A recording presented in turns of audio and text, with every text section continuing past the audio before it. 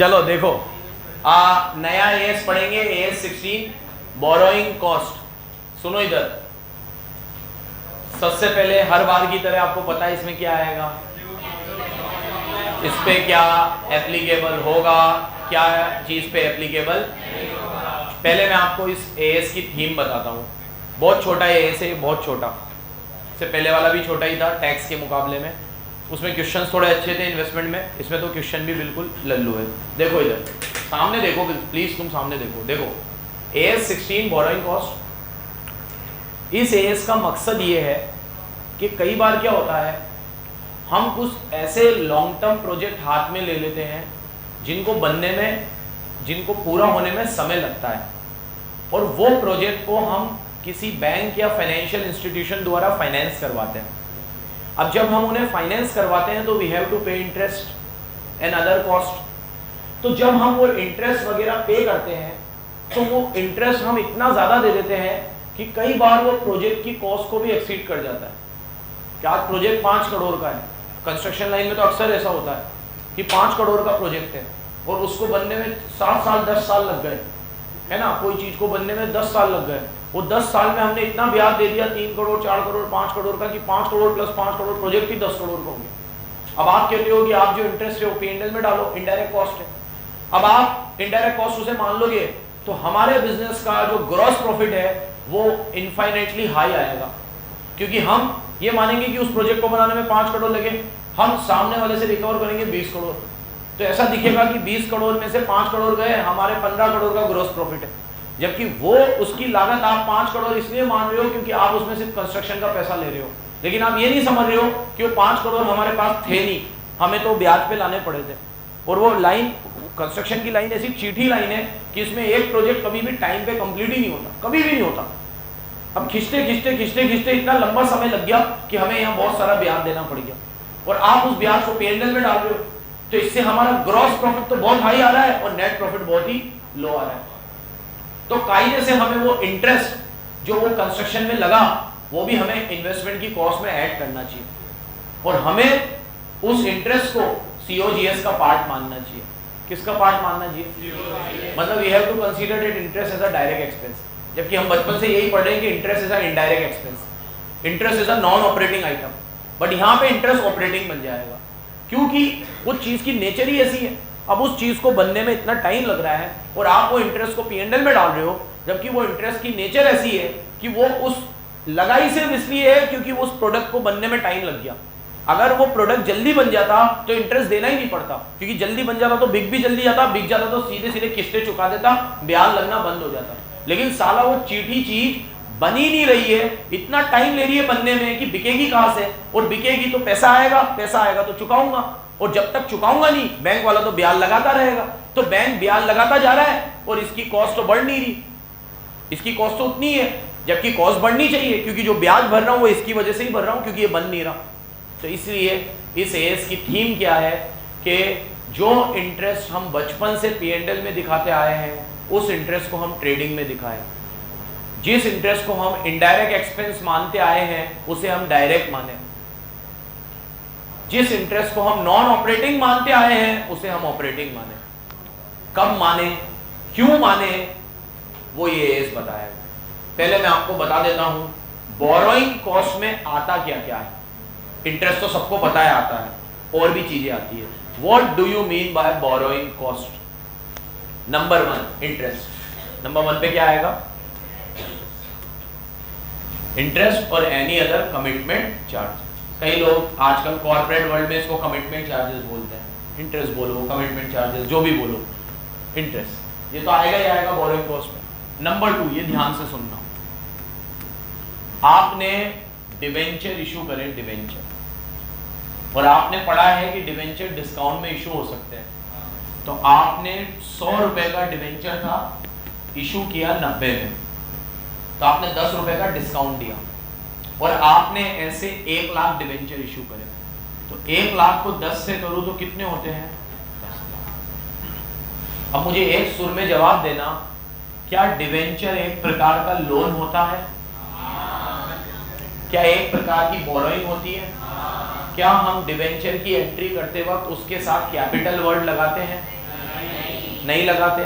तो डिवेंचर एक प्रकार का लोन है, और लोन के ऊपर जो भी पैसा मैं एक्स्ट्रा दूं वो ब्याज ही है, व्हाटएवर नेम कॉल्ड, भले उसे मैं किसी भी बुलाऊं। तो भैया अगर मैंने 1 लाख डिवेंचर इशू करे और 10 रुपए का डिस्काउंट दिया, डिस्काउंट का मतलब है मैं आपसे तो 90 लूंगा लेकिन आपको रीपेमेंट के बाद 100 दूंगा, तो जो 10 रुपए मैं आपको ज्यादा दे रहा हूँ वो मेरे लिए ब्याज है। बस ये ऐसा ब्याज है जो मैं आपको एक साथ दूंगा, क्योंकि मैंने आज आपसे 90 लिए और अगर रिडम्पशन 5 साल बाद होगा तो मैं आपको 100 रुपए दूंगा। तो आज आपसे 90 लिए और आपको 100 दूंगा तो 10 रुपए ब्याज है। मैंने पहले भी किसी लेक्चर में समझाया था तुम्हें, पैसे के ऊपर पैसा ब्याज होता है, भले आप उसको नाम कुछ भी बोलो, ठीक है। मैंने तुम्हें एक चीज समझाई थी, बड़ी सिंपल भाषा में समझना, पैसे के ऊपर पैसा हमेशा क्या होता है, ब्याज होता है। भले आप उसे फाइल चार्जेस बोलो, कुछ भी बोलो, नए नए नाम बोल दो, वो आपके दिल को तसल्ली देने के लिए अच्छा है, बट वो है तो उसकी नेचर कैसी है। तो आपसे जो 10 लाख रुपए का मैंने डिस्काउंट दिया, आप भले इसे डिस्काउंट बोलो, हम तो इसे भी क्या मानेंगे, क्या मानेंगे। इसी तरीके से प्रीमियम दिया, जैसे मैंने आज आपसे 100 रुपए लिए और रिडम्पशन करूंगा 110 पे, तो इशू करना डिस्काउंट पे और रिडम्पशन करना प्रीमियम पे, दोनों बोरोइंग कॉस्ट है। बोलो,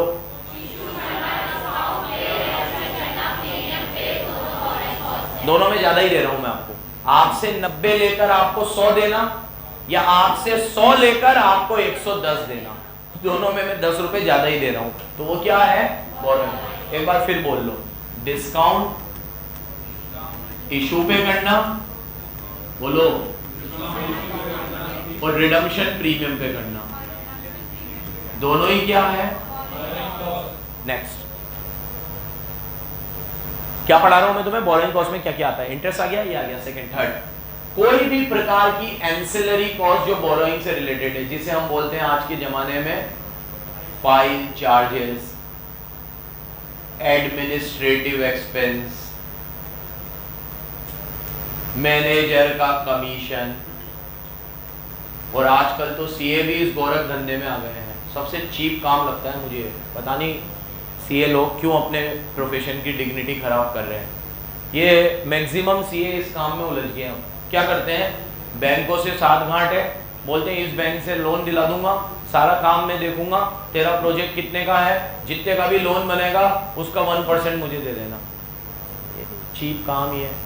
अब आजकल 2500 बैंक के मुझे फ़ोन आते हैं, मुर्सा सर को फ़ोन आते हैं, सर हमारे साथ जुड़ जाओ, सर क्लाइंट ला के देना, जितना भी आएगा 0.5% हम देंगे, हाफ क्लाइंट से ले लेना, आपका 1 हो जाएगा, 1 हम देंगे, 1 हो। यही काम रह गया है क्या, दल्लेगिरी। ठीक है, आप बेसिकली कर क्या रहे हो, इसको 4 करोड़ रुपए की ज़रूरत है, ये बैंक तो मरी पड़ी है लोन देने के लिए, आप इसको इससे मिलवा रहे हो, और जैसे इसका 4 करोड़ रुपए मिल गया आप उससे 1% ले रहे हो। ठीक है, आपके एथिक्स कहाँ गए, मोरल कहाँ गए, ये कोई काम है क्या, दल्लेगिरी है। तो ये सब कर रहे हैं, ठीक है, ये हंस रहा है, इसको तो ये, हाँ तो 4 लाख हो गया तो क्या हो गया, 4 लाख दूसरे बहुत अच्छे काम में होते हैं। ठीक है, तुम्हें पढ़ाता हूँ, इससे ज़्यादा मिलते हैं। ठीक है, बहुत अच्छा मिलता है, रिस्पेक्ट मिलती है, दुआएं मिलती है। ठीक है, एथिकल वे में काम करने के 50 तरीके हैं, यही एक काम नहीं है। मैं तो तुम सबसे बोलता हूँ, सबसे, ये बकवास प्रैक्टिस में कभी मत इंगेज होना, सबसे घटिया प्रैक्टिस है। लेकिन तुम जैसे ही सीए बन जाओगे, फ्रेटर्निटी के लोगों से मिलोगे, तो तुम्हें पता चल जाएगा कि ये काम कौन कौन कर रहा है। मतलब मेरे तो सर्कल में, सीए के सर्कल में 80% सीए ये काम कर रहे हैं। 10, 12, 15 लाख रुपए उनके साल के कमीशन गिरी में आ जाते हैं, तो उनका तो ऐसे ही प्रैक्टिस फ्री हो जाता है। मतलब ये मान लो तुम 10-12 लाख एक बहुत अच्छा हैंडसम अमाउंट है, जो सिर्फ ये कमीशन में आ जाता है, जिनमें उन्हें अपने क्लाइंट को बैंक से मिलवाना है, बैंक को क्लाइंट से मिलवाना है, और 1%, 0.5% खाते में आ जाते हैं सीधा सीधा। बट बेकार काम है कोई, क्योंकि देखो कहीं ना कहीं इसमें अपने मॉरल्स को सेक्रीफाइस करना पड़ता है। आज वो बैंक अगर आपको 12% या 11% ब्याज में पैसा दे रहा है तो क्यों दे रहा है, और जब उसको 4 करोड़ रुपए बैंक से सीधे मिल सकते थे तो आप क्यों घुसे उसमें। वो आपको 1% क्यों दे रहा है, वो आपको 1% दे रहा है कि उसको सीधे नहीं मिल रहे होंगे, उसके पेपर सही नहीं होंगे, कोई ना कोई तो दिक्कत होगी ना। आपसे क्यों मिल रहा है, वो सीधे बैंक तो मरा ही बैठा है पैसे देने के लिए, वो सीधे जाए बैंक से लोन ले ले, आपके थ्रू ले रहा है तो कुछ तो दाल में काला है, उसके लिए आपको 1% मिल रहा है।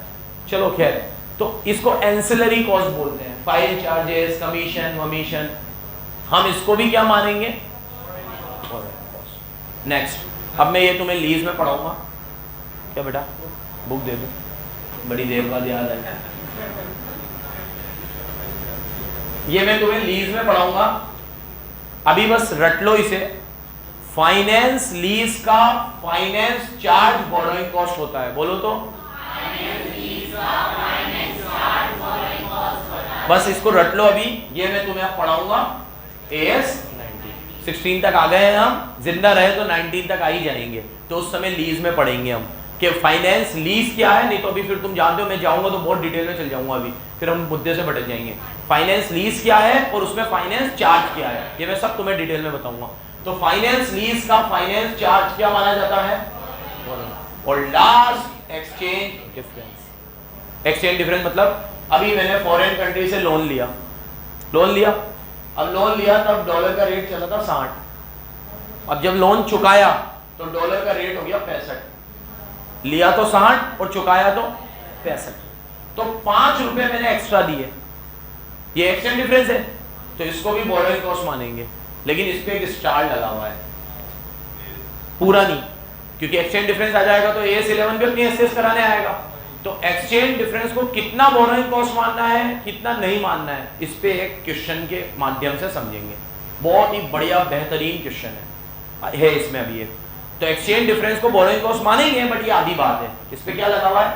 स्टार लगा हुआ है। पूरे एक्सचेंज डिफरेंस को बोरोइंग कॉस्ट नहीं मानेंगे, ठीक है, उसके इंटरेस्ट के पोर्शन को मानेंगे। अब वो इंटरेस्ट का पोर्शन कैसे आएगा, क्या होगा, अभी एक समझेंगे अपन लोग। तो भैया अभी मोटी मोटी बात, बोरोइंग कॉस्ट में क्या क्या आता है? इंटरेस्ट तो आता ही आता है, इशू का डिस्काउंट और रिडम्पशन का प्रीमियम, बोलो, इशू का डिस्काउंट, रिडम्पशन का प्रीमियम। तीसरा, ancillary cost like file charges, commission वमीशन, administrative expense, whatever cost you have incurred because of borrowing, बोलो, whatever cost you have incurred just because of. अगर borrowing ना करता तो ये कॉस्ट ना लगती, तो वो सब भी बोरोइंग है, उसको भले आप कोई भी नाम से जानो। चौथे नंबर पे फाइनेंस लीज का फाइनेंस चार्ज, फाइनेंस लीज का ये AS 19 में समझेंगे। और एक्सचेंज डिफरेंस, एक्सचेंज डिफरेंस आएगा लेकिन पूरा नहीं आएगा। एक्सचेंज डिफरेंस कब आएगा? जब आपने फॉरेन करेंसी में लोन लिया होगा। किस में लिया होगा? अगर मैंने इंडिया में लोन लिया है तो एक्सचेंज डिफरेंस आएगा क्या? नहीं आएगा। एक्सचेंज डिफरेंस कब आएगा? जब मैंने लोन फॉरेन करेंसी में लिया। अब मैंने फॉरेन करेंसी में लोन लिया, एक्सचेंज डिफरेंस आएगा। एक्सचेंज डिफरेंस का क्या करना है क्या नहीं वो अभी बताना बाकी है। चलो आगे आओ। अब ये डेफिनेशन वाला पार्ट चला है, बोरोइंग कॉस्ट का मतलब समझा दिया। Number 2, what is qualifying asset. पूरा AS क्वालिफाइंग एसेट के इर्द गिर्द घूमेगा, पूरा AS किसके इर्द गिर्द घूमेगा? अब मेरी तरफ देखो, any asset which take substantial period of time in production, construction or acquisition is called qualifying asset. For the sake of simplicity, we will take 12 months as substantial period of time. आप जब AS लिखो तो आप ये word use करोगे, substantial period of time. कोई भी asset के प्रोडक्शन में, कंस्ट्रक्शन में, एक्विजिशन में सब्सटेंशियल पीरियड ऑफ टाइम लग रहा है, बहुत ज्यादा समय लग रहा है, तो उसे हम क्वालिफाइंग एसेट कहेंगे। वो बहुत ज्यादा समय AS में डिफाइन नहीं है, लेकिन सिंपलिसिटी के लिए हम वो बहुत ज्यादा समय कितना ले लेते हैं? 12 महीने। तो अगर किसी चीज को बनाने में 12 महीने या उससे ज्यादा लग रहे हैं तो वो कौन सी एसेट है? अब आप एक बात को समझो, क्वालिफाइंग एसेट होने के लिए पहले उसे एसेट होना पड़ेगा, और एसेट होने के लिए, ठीक है, करंट एसेट और फिक्स्ड एसेट दोनों होती है। तो करंट एसेट में हम यहाँ पे इन्वेंट्री को भी कवर करेंगे और फिक्स्ड एसेट में हम PPE को कवर करेंगे। तो मतलब यहाँ बात हो रही है किसी भी इन्वेंट्री की और किसी भी PPE की, वही दो चीज आती है, उन्हीं को हम बनाते हैं। डेटर को हम बनाते हैं क्या? ठीक है, डेटर को बनाया, 12 महीने लग गए, इस पे सेल कर दी, पैसा आएगा, डेटर है, ठीक है, प्रीपेड एक्सपेंस है। और कौन सी एसेट है जिनको हम बनाते हैं या एक्वायर करते हैं? या तो इन्वेंट्री या PPE। तो यहाँ मोटा मोटा किसकी बात हो रही है? इन्वेंट्री की और PPE। पीपीई की, दोनों की बात हो रही है, बराबर याद रखना। अब आपको थोड़ा मैं फ्लैशबैक में ले जाऊं तो हमने इन्वेंट्री जब पढ़ा था तो मैंने आपको कहा था इंटरेस्ट को आप इन्वेंट्री की कॉस्ट में ऐड करना अगर AS 16 अलाउ करे तो, आ गया AS 16। और पीपीई में भी ये बात बोली थी कि इंटरेस्ट को पीपीई की कॉस्ट में ऐड करना AS 16 अलाउ करे तो, आ गया AS 16। हर चीज बराबर चला रहा हूं एकदम, ध्यान रखना। तो ये चीज हमने AS 2 में भी पढ़ी थी और AS 10 में भी पढ़ी थी, और अब इसका जो मेन खुलासा होगा वो किस में होगा, AS 16 में। तो अब देखो एक एग्जांपल मैंने तुम्हें दिया था, वाइन बनती है, वाइन बनती है सड़े हुए अंगूरों से। अंगूर को इतना सड़ाया जाता है, इतना सड़ाया जाता है, इतना सड़ाया जाता है, उसके बाद वाइन बनती है। और ऐसा कहते हैं कहने वाले कि अंगूर जितने खराब होंगे वाइन उतनी अच्छी बनेगी। पता नहीं ये सच है क्या है, बट ये तो सुना है हमने। फिर कई बार ऐसा लगता है कि जो चीज़ इतनी सड़ी हुई चीज़ से बनी है वो लोगों को अच्छी कैसे लग सकती है। वो कहते हैं कि भाई उसका ओरिजिन ही कैसे हुआ है कि भाई उसको पहले बिल्कुल सड़ाया जाएगा और फिर जाके वाइन बनेगी, और उसके अंदर प्रोसेस बहुत लंबा होता है वाइन का प्रोसेस। इसीलिए ये जो देसी शराब होती है ये जल्दी बन जाती है, और जो ये वाइन वगैरह होती है इनको बनने में टाइम लगता है। तो अब मेरी बात सुनो, किसी का अगर वाइन का काम है एंड अगर वाइन बनाने में सब्सटेंशियल पीरियड ऑफ टाइम लग रहा है, मतलब 12 महीने लग रहे हैं, तो उस वाइन को बनाने में जो भी बोरोइंग कॉस्ट लगेगी वो एसेट की कॉस्ट में ऐड हो जाएगी, मतलब वाइन की कॉस्ट में ऐड हो जाएगी। वाइन के अलावा कोई और एग्जांपल दे सकते हो जिस चीज को बनाने में सब्सटेंशियल पीरियड ऑफ टाइम लगा? चीज, रोल्स रॉयस, बिल्कुल, क्योंकि वो कस्टमर के स्पेसिफिकेशन के हिसाब से बनती है और बहुत लिमिटेड एडिशन होता है। शायद ऐसा 50 एक ही बनती है साल में, ऐसा ही है ना, साल में शायद 50 ही बनती है, और महंगी भी वो बहुत होती है, और कस्टम बेस्ड है तो टाइम लगता है। बिल्कुल अच्छा एग्जांपल है, ठीक है। इसको भी बनाने में सब्सटेंशियल पीरियड ऑफ टाइम। और चीज बोल रहे हैं, पागल क्या,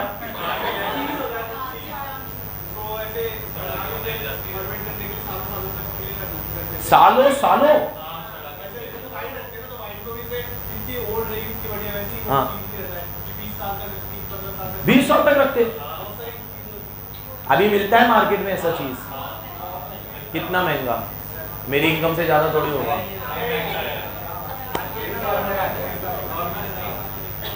नॉर्मल है ना। कल मेरे लिए लेके आना, तुम टीचर्स डे पे चीज क्यों नहीं लाए? हाँ वो फोटो दे दी, उसको खाऊं क्या? हमारे थोड़ी ना है, तो तुम सब मिलके तो ला ही सकते। थोड़ा सा ले आते, पाव भर 50 ग्राम ले आते। मेरे गिफ्ट में मैं कॉन्ट्री करूं तुम्हारे साथ? अरे तो 50 ग्राम तो आ ही जाता, इतने सारे हो तुम, मरो 100 रुपए मिलाते उसमें 50 ग्राम चीज आ जाता। जिंदगी भर की निशानी रहती मेरे को कि बच्चों ने एक ऐसा चीज दिया था जो 20 साल पहले बना था। ऐसे कैसे भूल जाते हैं? हमेशा यार, खाता ही नहीं मैं उसे, इतनी महंगी चीज खाता ही नहीं हूं मैं, रख लेता हूँ। चलो, इतनी महंगी चीज खाने की होती होगी, दिखाने की होती है। चलो हाँ चला ले यार, तुम चेन नहीं लेंगे, पॉज कर, इसको ले। और विकास या दिशान किसी को बुला के लाओ। अबे बावले, सेकंड बटन है।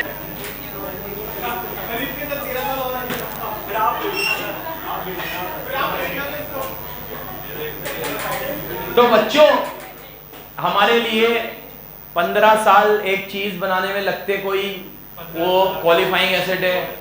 वाइन बनाने में लगता है टाइम, क्वालिफाइंग एसेट है। रोल्स रॉयस क्वालिफाइंग एसेट है।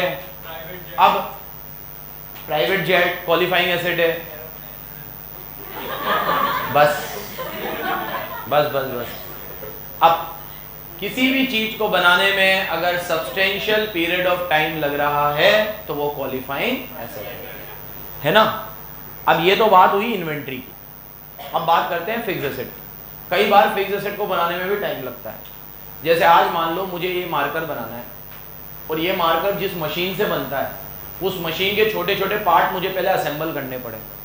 असेंबल करके मेरे को उनको ट्रायल रन पे चलाना पड़ा, फिर जाके मेरी पूरी मशीन तैयार हुई। अब अगर मैं मशीन खुद ही लेके आ जाता तो क्वालिफाइंग एसेट नहीं है, क्योंकि वो तो रेडी फॉर यूज थी। लेकिन मैंने कहा नहीं, मशीन अपन खुद बनाएंगे, मशीन अपन खुद बनाएंगे। और खुद बनाने में टाइम लगा।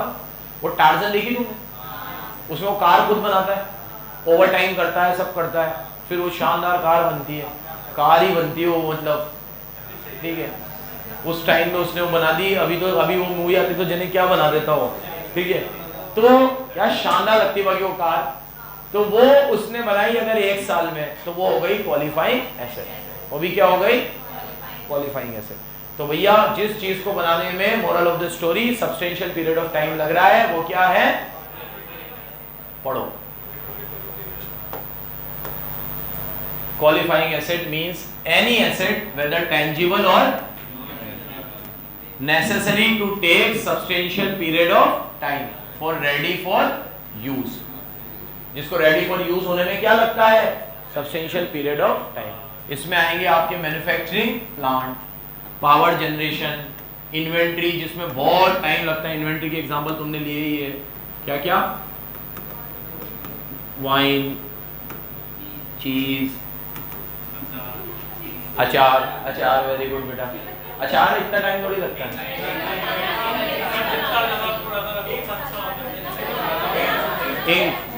बस बहुत दुनियादारी की बहुत नॉलेज है तुम्हें, ये बात तो समझ में आ गई। तो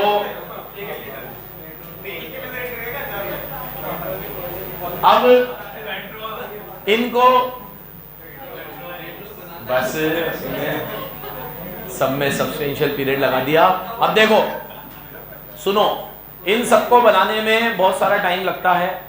अब अदर इन्वेस्टमेंट एंड इन्वेंट्री, वो इन्वेंट्री जो रूटीनली मैन्युफैक्चर होती है, otherwise in large quantity on a repetitive basis, are not qualifying asset.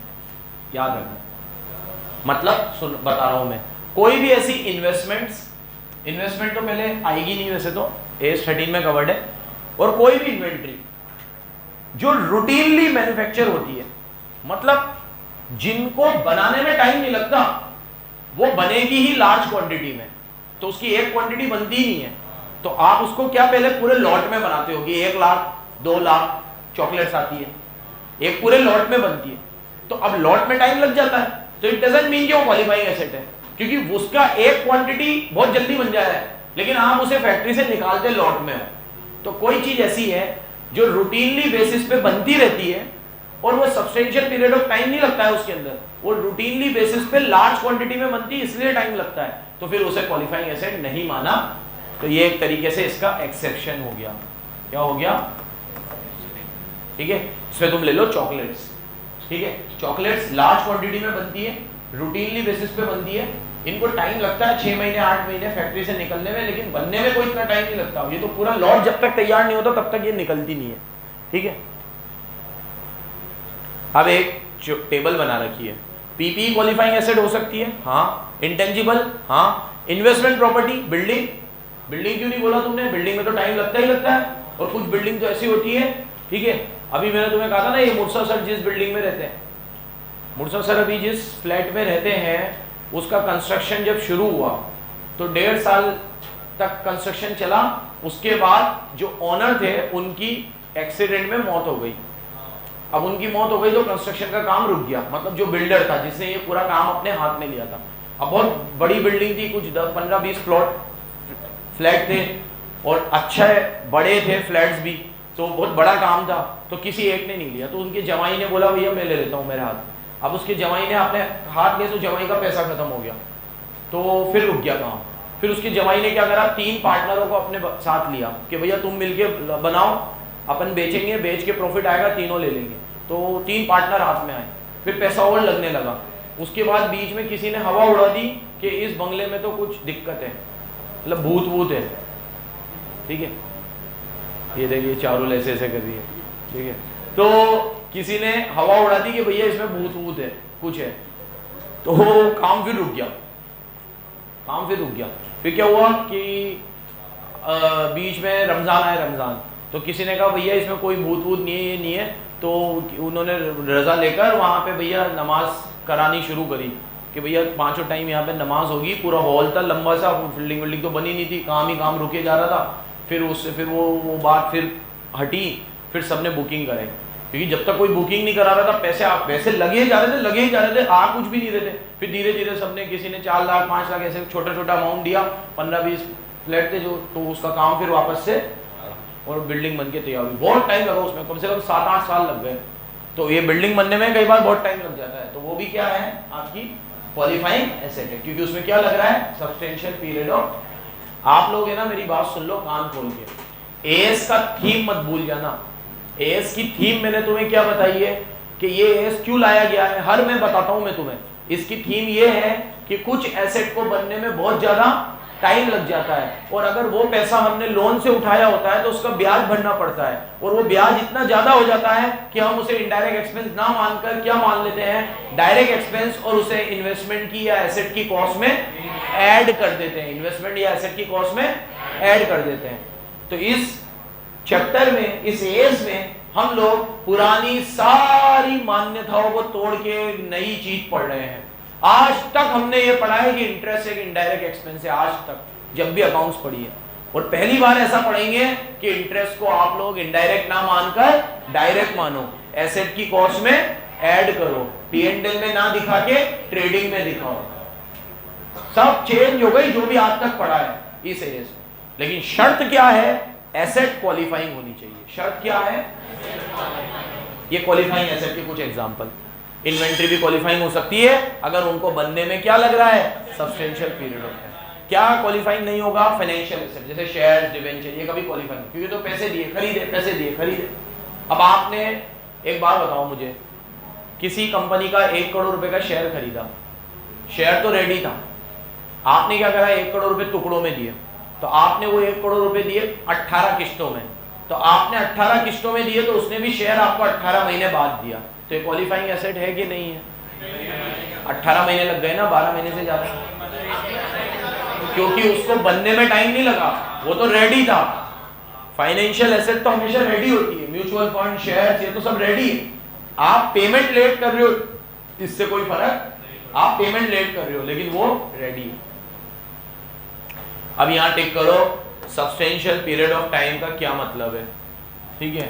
बोला गया है कि substantial period of time fact और सर्कमस्टांसेस पे डिपेंड करते हैं, बट यूजुअली हम 12 महीने ले सकते हैं। क्या ले सकते हैं, unless different intention appears, unless, इधर भी लिख सकते हो, अनलेस या तो शॉर्टर पीरियड है या लॉन्गर पीरियड जस्टिफाइड है। किसी भी क्वेश्चन में ना तो कोई शॉर्टर पीरियड आएगा ना लॉन्गर पीरियड आएगा, हर क्वेश्चन में आपको सब्सटेंशियल पीरियड 12 महीने लेना है। क्या लेना है, सारे क्वेश्चन सॉल्व करते वक्त क्या असम्पशन लेनी है, 12 महीने। अगर एसेट बनने में 12 महीने से ज्यादा लग रहे हैं तो QA, और 12 महीने से कम लग रहे हैं तो नॉट QA। QA है, क्वालिफाइंग एसेट है, तो बोरोइंग कॉस्ट का एस लगेगा, क्वालिफाइंग एसेट नहीं है तो बोरोइंग कॉस्ट का एस। इस पूरे एस की जान क्या है, क्वालिफाइंग एसेट। ये एस की जान किस में बसी हुई है, क्वालिफाइंग एसेट। एसेट क्वालिफाइंग है तो आगे बढ़ना, क्वालिफाइंग नहीं है तो आगे ही मत बढ़ना, क्वेश्चन वही खत्म, क्वेश्चन वही खत्म। सुन रहे हो बराबर? अभी तक क्या पढ़ा दिया, बहुत कम पढ़ाया अभी तक, बस ये बताया बोरोइंग कॉस्ट क्या होती है और क्वालिफाइंग एसेट क्या होता है। आगे आते हैं, अब जो मैं तुम्हें एक्सचेंज डिफरेंस की बात कर रहा था वो समझाता हूं। 1 मिनट पॉज कर।